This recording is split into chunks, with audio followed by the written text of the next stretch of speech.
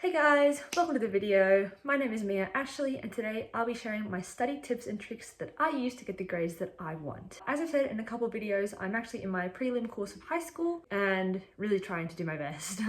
But over this past week, I've had my school hosting some study skills sessions where they show you, kind of like this video where they give you advice on how to work and study and do assignments. So I'll be taking some of that advice from actual, teachers and professionals, and then blending it with some of my own advice that I use.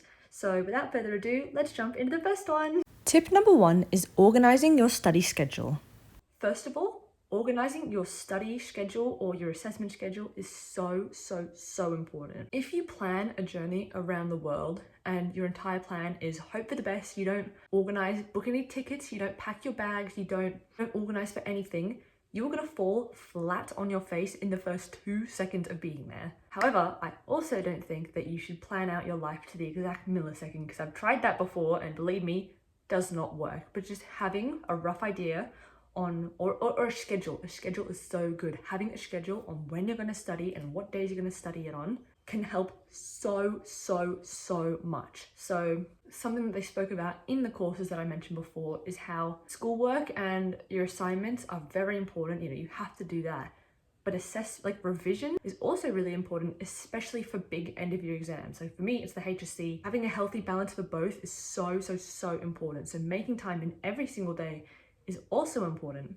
So in some of my other videos, I've talked about organizing your time and organizing your days well. I'm probably gonna bring some of that over, so I'll show up here when to skip to if you've already seen that.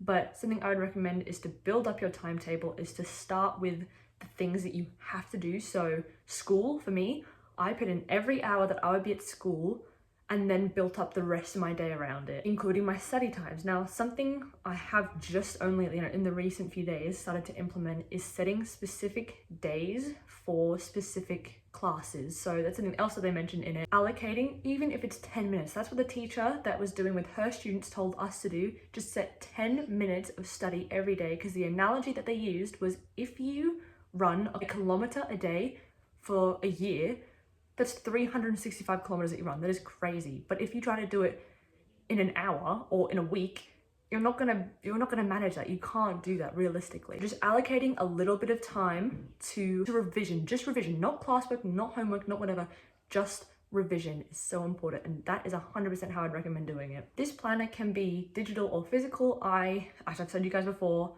love my digital planners. If you would like as well, please comment below if you would like a big Notion tool or a guide on how to use Notion. There's already heaps online. I can show you guys how I made mine and the process in making my next one for next year. I can 100% show you guys that if you would like. Doing the 10 minutes of revision is so easy. You could literally do it sitting on the toilet, or you could do it on the bus ride home from school. It doesn't matter where you are. Fitting in 10 minutes of revision, that is nothing. Like, before you even start that, having a timetable on what you're gonna do and when is so important. Tip number 2 is prioritizing tasks. Okay, so now that you have allocated time to do some studies, you have to prioritize what you're actually going to do. And when you're tasked with homework and assignments and tests and revision and all this stuff, it is so easy to feel so overwhelmed and unsure of what to do and when to do it. I will share my guide that I use to prioritize work. Of course, you don't have to copy this. If it doesn't work for you, it doesn't work for you. But the general guide that I follow for mine is, number 1, starting assignments. Starting an assignment for me is always the hardest part, because there's so much facts and information and things to consider and work to do that it gets so overwhelming, especially with hand-in tasks. Something that I've really tried to implement over this past school year is to, the day that I get an assignment, start it that day. It doesn't matter if all I do is a sentence or if I draft out the whole thing. Just starting, even honest to God, even if you just write a word on a page, that is better than nothing. That is a start, and for me, it makes me feel so much more comfortable and prepared to finish it, because starting is always the hardest point. But that is always number 1 on my priority list, new assignments, starting it that exact day. Number 2, doing my homework. The main kinds of homework that I get are worksheets, tasks from Atomi, and math homework, which are normally shorter tasks I can finish in a quick amount of time. And for me, the sooner I get them done, the better. It clears up a lot of the mental clutter for me and just lets me feel so much better about the tasks to do. And it is kind of like revision, especially since most of the time they assign it just after the class. So number 3, upcoming assignment tasks. Try to focus on of course, this is my third priority. I try to focus on tasks that I do in 1 to 2 weeks, especially at-home tasks, as it's more demanding than other work, such as my fourth priority, distant assessment tasks. After they're assigned, my tasks I normally aren't due for a few weeks. And so while of course I do work on them in the background, they're less of a priority than things that are due, in the next week or so. My lowest priority is number 5, revision. Of course, revision is so important, but apart from the HSC, revision doesn't really have a deadline for me. So of course I do it and I prioritize it, but it's lowest on my priorities list because there's no due date. It's not something that I have to hand in to someone else to view. Normally I try to do it last. But for me, those are the main categories of work that I get, and that's how I try to organize it. But of course, everyone is different. If I were you, have a play around and figure out what works for you. If your list is the complete opposite of mine, then flip it around. You don't have to do exactly that, but that's how I roll. Tip number 3 is inputting and clarifying assessment task details. When you get given an assignment, there are only 2 real main steps that you need to perform right away. 1, entering any important details or information into your planner, and 2, clarifying unknown elements with your teacher. First of all, upon receiving an assessment task, highlighting or noting down any important information like the due date, the task type, task information, the marking criteria, etc., and putting that into your planner is so important, as it's kind of the bones of your assignment, really. So having a section in your study planner, like I've got mine in my Notion, where you just put that in, and then from there you can start enter in any facts about it that you want to make sure that you remember while the explanation is fresh in your memory. The second thing, as I said before, if there are things that you're not sure of, go and ask your teacher. A practice that I like to do is whenever I get an assignment that has a marking criteria, there are some that don't, like my biology one that's coming up, we'll have to figure out the experiment on the day of the test, so we can't really get the marking criteria because it'll give us all the answers. But English is a really big one, especially when the marking criteria has very ambiguous words like insightfully or skillfully. Clarifying that with your teacher can save you from so many little mishaps or a couple missed marks based on miscommunication. So just making sure you go out and ask any questions, and even if the whole task you aren't sure of, let them know, and they are there to help. I promise they will do their best to help. And if you're still confused, ask a friend or ask literally anybody. But while it may seem like a small step, it is really big in actually helping you clear up any mishaps or perhaps even missed marks that can be the difference between an A and a B or a C and an A, Tip number 4 is setting a to-do list and achievable goals. Now that you've organized what to prioritize and when you're going to study, all of these are kind of long-term plans. It's also important to focus on the short term. Before every study session, I like to plan what I'm going to do in a short list, as it helps me really clearly prioritize everything that I have to do. Of course, when you're doing this, be realistic. If you have 15 minutes to study, do not plan to draft and complete an entire English essay, okay? It's not going to work out. Tip number 5 is study methods. But now that you have time dedicated to what exactly you're going to study, when you're going to study, and what to prioritize, how do you actually study? Finding the perfect method for you to study is so important, as it helps you absorb all the information really, really well. There are 5 main ways to study, and these include... Study tip number 1 is flashcards. Flashcards are an awesome way to remember things, particularly terminology and major concepts. I like to use flashcards for my sciences, particularly biology, because it helps me really remember course-specific words. Some important terminology needed for any paper or test is the verbs that they're using to ask you the question. If they ask you to identify something and you start to assess the benefits and negatives, you can't really get full marks. So knowing the difference and the meaning between all of them is so important. Over here where I am, we call them Nessa verbs.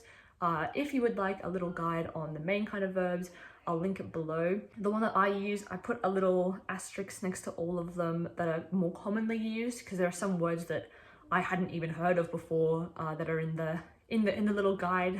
This also kind of brings me to my next mini point, is figuring out whether you like digital or physical flashcards. Of course, you can use a combination of both. I really like Quizlet because you can use it for free, and all of my flashcards are in one neat kind of place along with a lot of my other study materials, but figure out what works for you. Study tip number 2 is mind maps. Mind maps are used to link big concepts and ideas to each other visually. Of course, normally mind maps don't have pages and pages of information and one little dot point. Normally it's just a summarized concept linking it to other concepts, and so on and so on.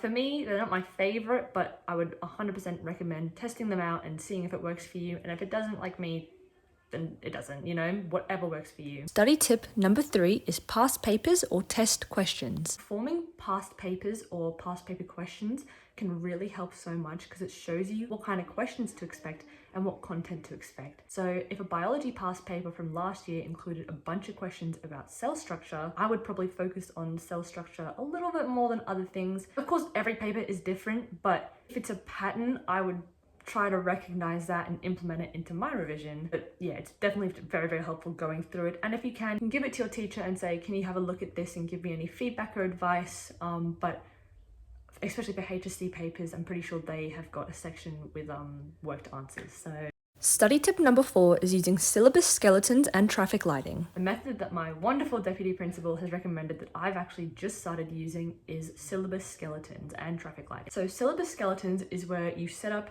each module with each dot point and a little bit of space to fill in any information that you gather. So I know I've used biology a lot, but if I'm just in biology and I've finished, you know, module 1.3, I'll go to there and then summarize all the information from class and put it into my skeleton. This allows you, when you're revising, it really easily helps you see. And as well, it brings me to my next mini point about traffic lighting. So traffic lighting is where you highlight the dot points or the information using different colors to indicate your knowledge and comfortability with it. So typically, green means you're super comfortable, you know a lot about it, and you feel very confident in your ability to work it. Yellow means, you know, you're a bit unsure, you know a bit, but you also are not entirely comfortable with it yet. And red is, oh my gosh, I'm so lost, I don't know what to do. Of course, adjust these colors if you don't like that. It is completely up to you, but that's typically the guide that they follow. Both syllabus skeletons and traffic lighting really help with prioritizing information that you need to revise on and actually studying the information, especially when you summarize. If you write it in your own words, that helps so much. Study tip number 5 is the Pomodoro method. Finally, while it's not really like a method to study and to do the work, the Pomodoro method is, oh my gosh, actually a life changer. I started implementing it this year and honest to goodness, I think it has changed my life. Like, it is so good. Basically, the Pomodoro method is where you set a certain time frame. So normally the recommended time is 25 minutes of dedicated work, no distraction, just work. Then after that, a 5-minute break. After you do that cycle 4 times, instead of the 5-minute break, you have a long 15-minute break. And of course, it doesn't have to be this. I think 50, 10, 30 is also a popular method. I don't know if that's the right number, but I think it is. But I'm pretty sure the basic guide that all of the Pomodoro timing goes off of is number of minutes, the small break, that number of minutes divided by 5, and then for the long break, that small break value times by 3. So you can have whatever, but again, whatever works for you, but just having frequent short breaks and then one rewarding long break is so helpful. While majority of these methods do work for me in my studies, it's so important to figure out what works for you. Another mini point is just trying to figure out what kind of learner you are. So there are a few kinds. So there's visual, there's auditory, there is kinesthetic. So all of them are so different. Figuring out what kind of learner you are and then implementing methods to do that in your studies. So, you know, if you're an auditory learner, speaking your notes into a recorder and then listening to them like a podcast can help. Whatever works for you, finding what works for you based on your learning style is so beneficial, because you can't force yourself to be the kind of learner that you're not. All in all, it's important to figure out what works well for you. If none of these tips in this video help, then sorry, I really tried. But of course, taking these, modifying it, whatever you need is so important. Thank you guys so much for watching. It is always so amazing having you guys here and having everyone's support. Again, comment below Notion if you want a full Notion tour or guide on how to work it. But yeah, thank you very much. I'll see you guys in the next one. Bye!